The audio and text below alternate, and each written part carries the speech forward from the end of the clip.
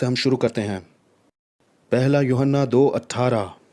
हे लड़कों, ये अंतिम समय है और जैसा तुमने सुना है मसीह का विरोधी आने वाला है और उसी के अनुसार अब भी बहुत से मसीह विरोधी उठ खड़े हुए हैं। इससे हम जानते हैं कि ये अंतिम समय है।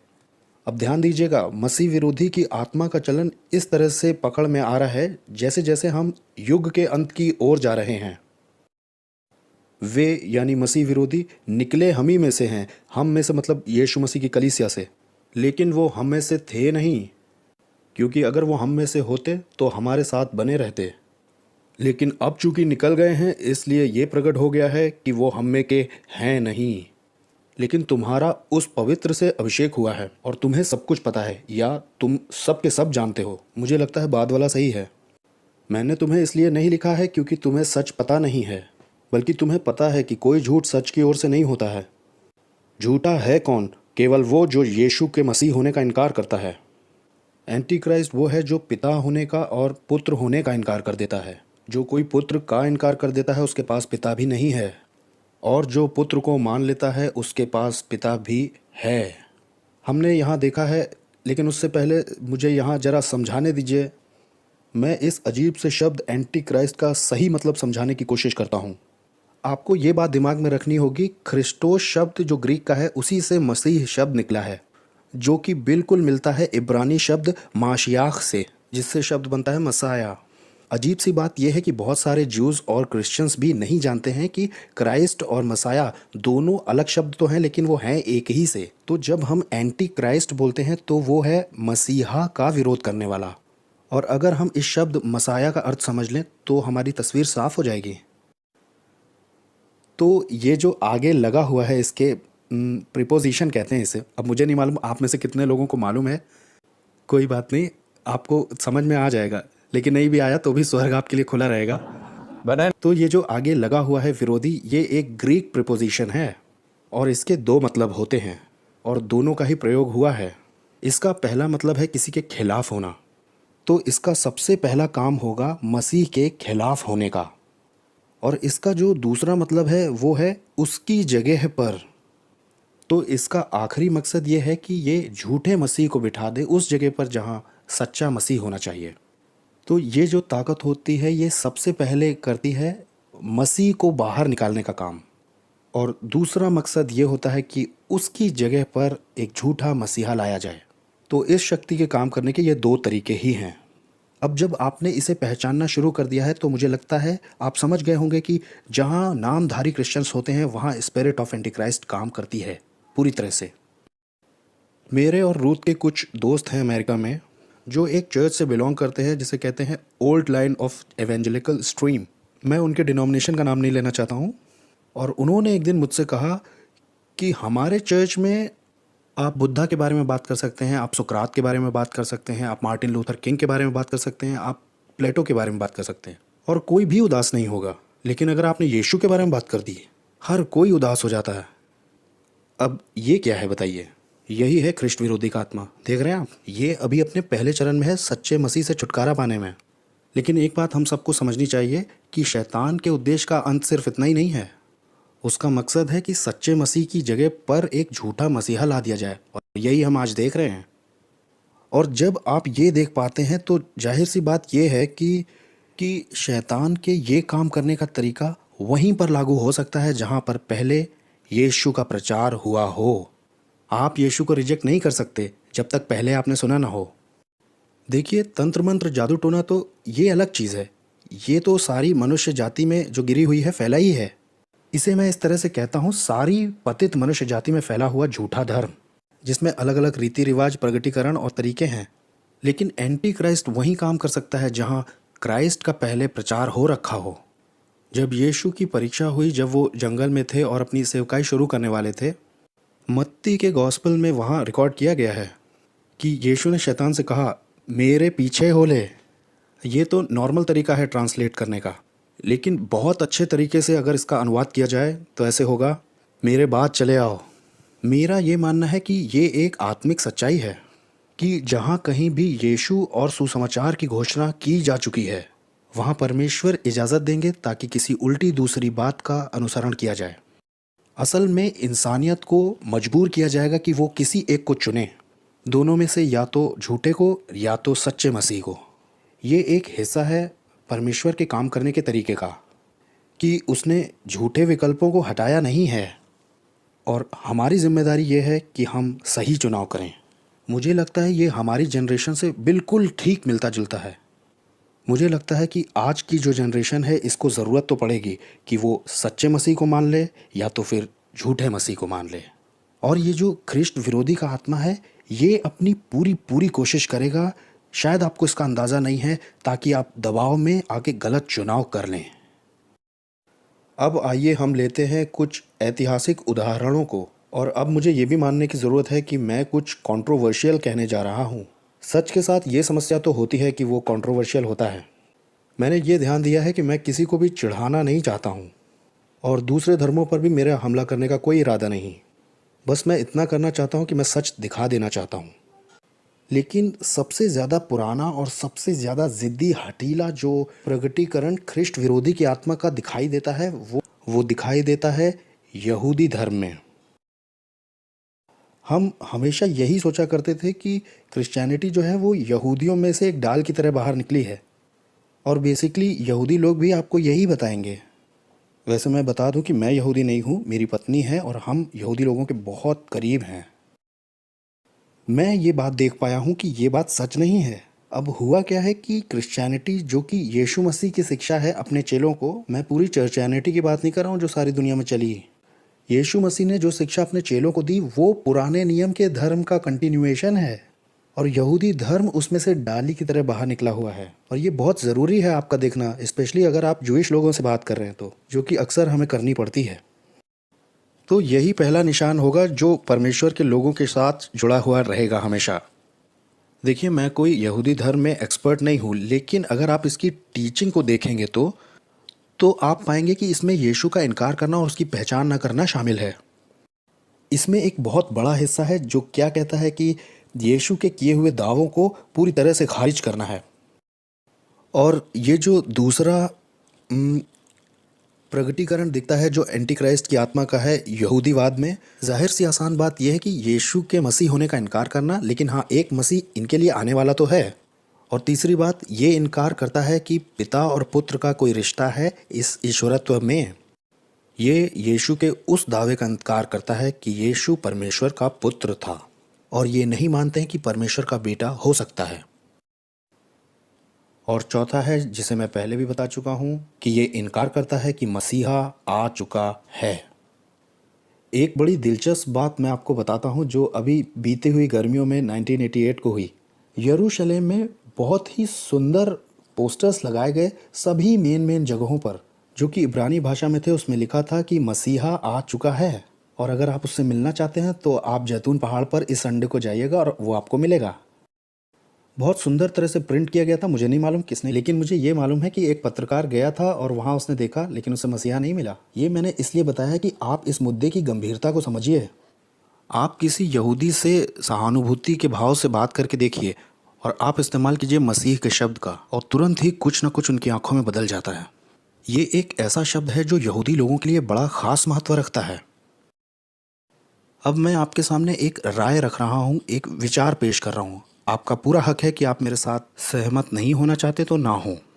मैं थोड़ी देर के लिए मत्ती 27वां अध्याय खोलना चाहता हूँ और सिर्फ एक आयत पढ़ूंगा, और ये मेरी राय है कि सिर्फ इस एक आयत में स्पिरिट ऑफ एंटीक्राइस्ट का एक बहुत ही पावरफुल मैनिफेस्टेशन नज़र आया है।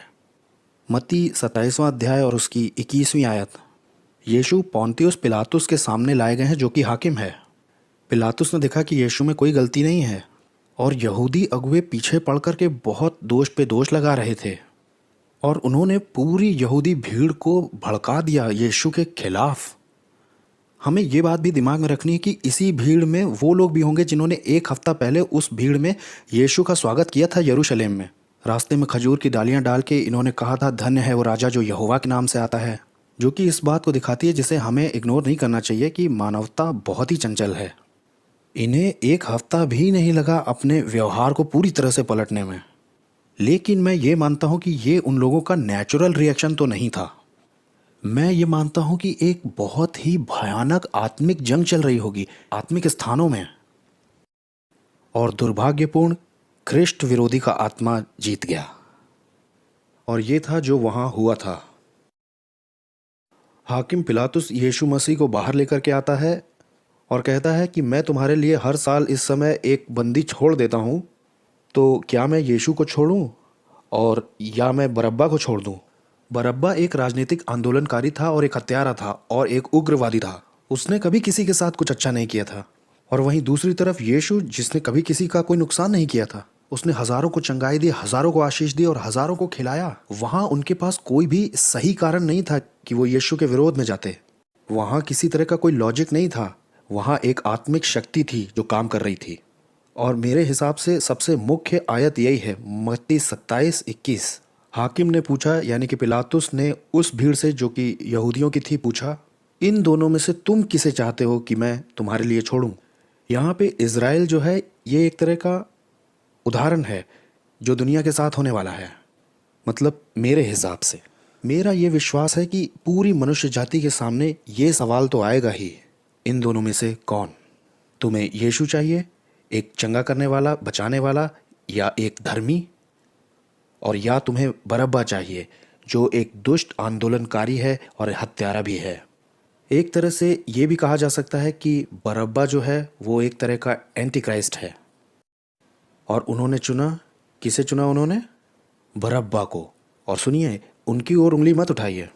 आइए हम सतर्क होते हैं कि जब ऐसा समय आए तो हम यही गलती ना करें। वहाँ पर एक आत्मिक शक्ति थी जिसने उस भीड़ के ऊपर काम किया और उनको बदल दिया एक एक तरह से पूरी पागल भीड़ में, जो कि गुस्से से भरी हुई थी, ईर्ष्या से भरी हुई थी और विरोध से भर गई जिसका कि कोई कारण नहीं था। और ये मेरा व्यक्तिगत विश्वास है कि ख्रिस्ट विरोधी का आत्मा मनुष्यों के ऊपर सबसे पहले इसी तरह से काम करता है। और एक तरह से इसने यहूदी लोगों को आज तक अपने दबाव में बनाकर रखा हुआ है। और यीशु ने इस बारे में उन्हें चेतावनी दी थी। अगर आप खोलेंगे यूहन्ना 5 और 43वीं आयत, इस पॉइंट पर ये विवाद कर रहे हैं उससे कि वो परमेश्वर का पुत्र मसीहा है।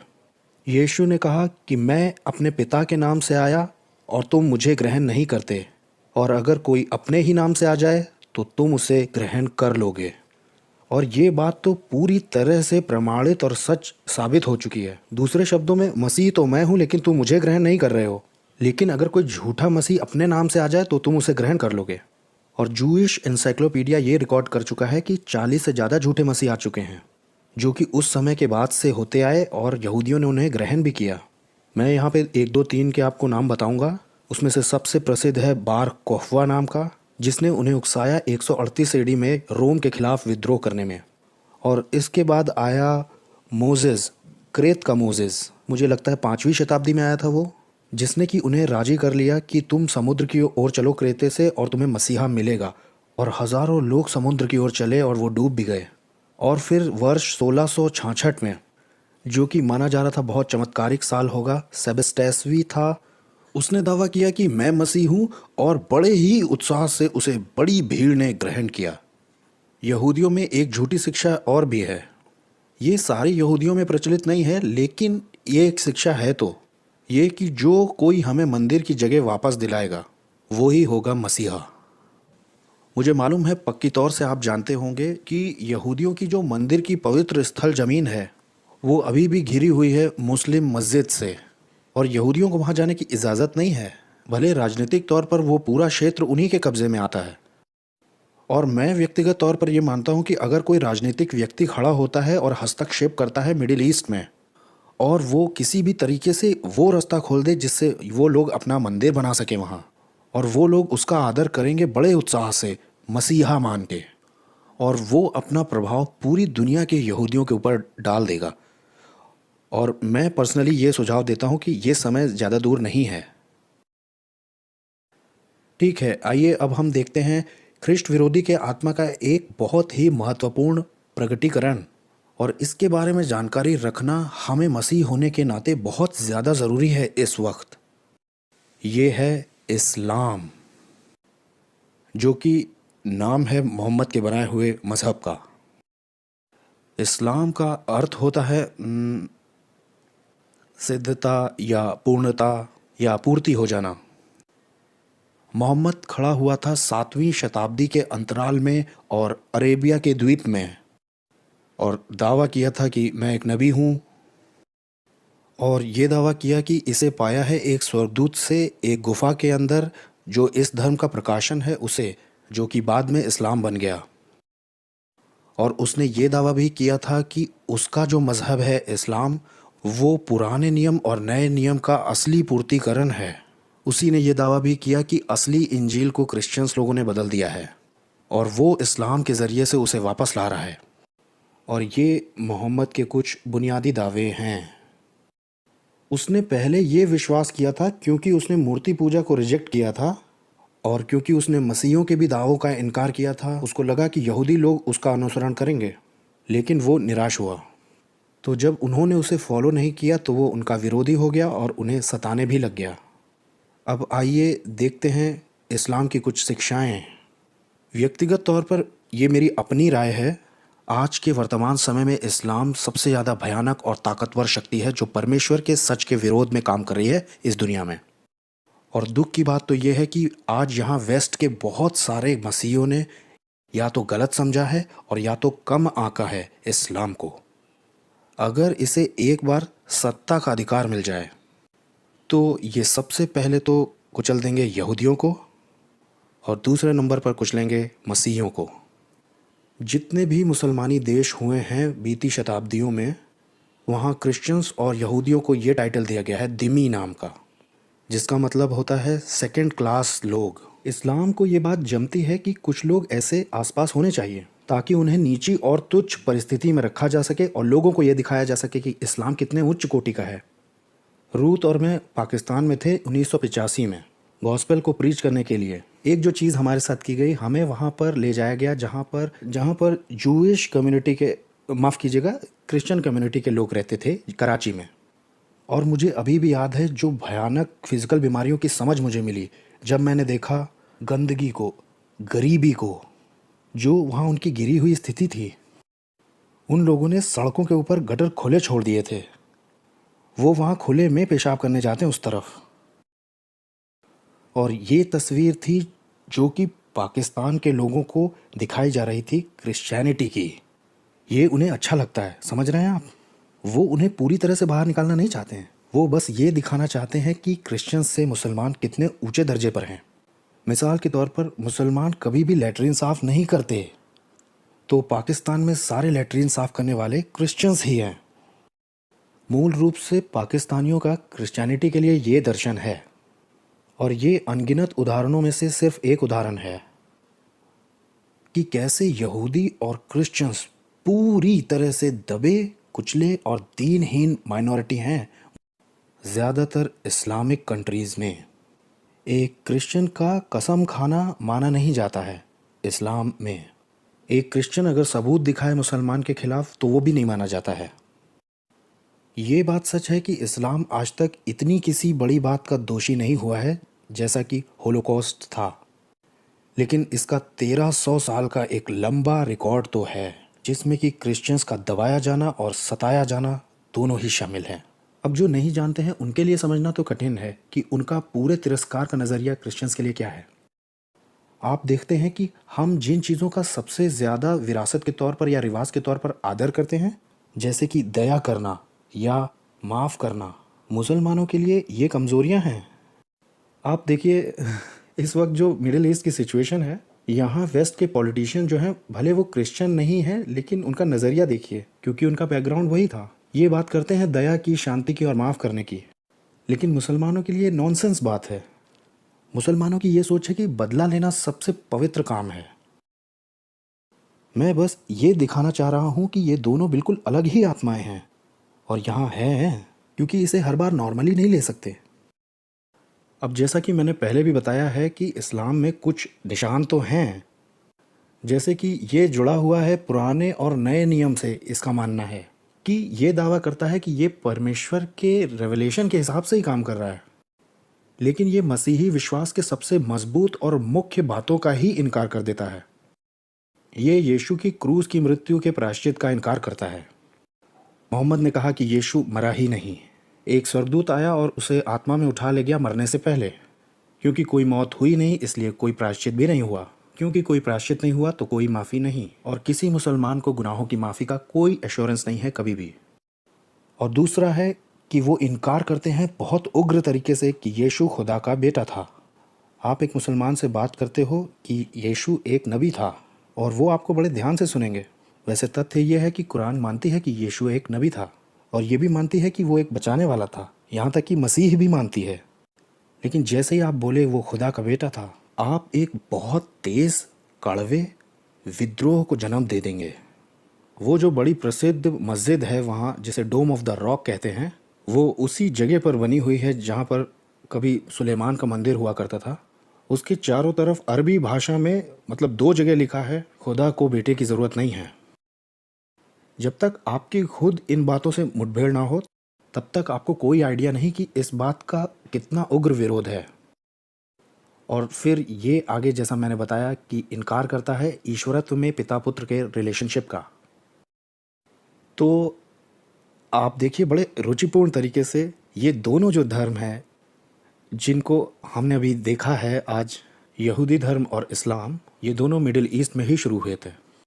अगर आप इज़राइल जाते हैं और टूर पर आप एक गाइड को लेते हैं तो एक पॉइंट पर वो आपको ये बताएगा कि तीनों धर्म जो कि एक ईश्वर को मानते हैं वो यहीं शुरू हुए थे, यहूदी धर्म, मसीहत और इस्लाम।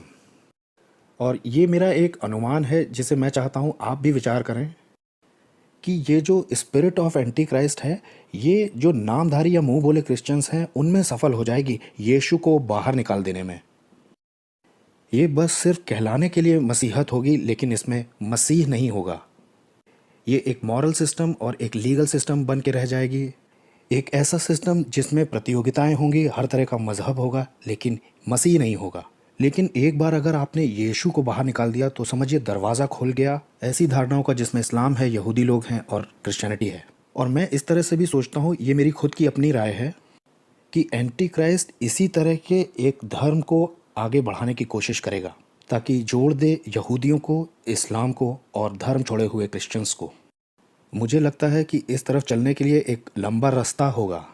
अगर आप इन दोनों को देखें जो पोप हैं और आर्क बिशप ऑफ कैंटरबरी हैं, अभी बीते हुए सालों में ही उन्होंने चर्च के अंदर शुरू किए हैं कुछ ऐसे समारोह जहां पर इस्लाम या इस्लाम के मौलाना हैं, और हर तरह के वहां हिंदू भी बुलाए गए, अमेरिका के रहने वाले भारतीय बुलाए गए और इन भाइयों का स्वागत किया गया।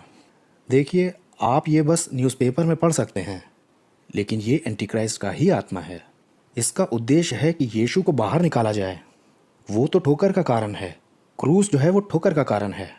अगर क्रिश्चियनिटी से सिर्फ क्रूस हटा दिया जाए तो क्रिश्चियनिटी हर तरह के धर्मों में बट जाएगी। मैं पर्सनली ये सोचता हूँ कि हम ज़्यादा दूर नहीं हैं इससे, ये मेरी व्यक्तिगत राय है वैसे। और मुझे लगता है कि हमें बहुत ज़्यादा सतर्क होने की ज़रूरत है कि हम ऐसी चीज़ों में कैसा एटीट्यूड रखते हैं या कैसा व्यवहार करते हैं, क्योंकि मुझे लगता है कि धोखा देने की जो आत्मा है वो काम पर लगी हुई है।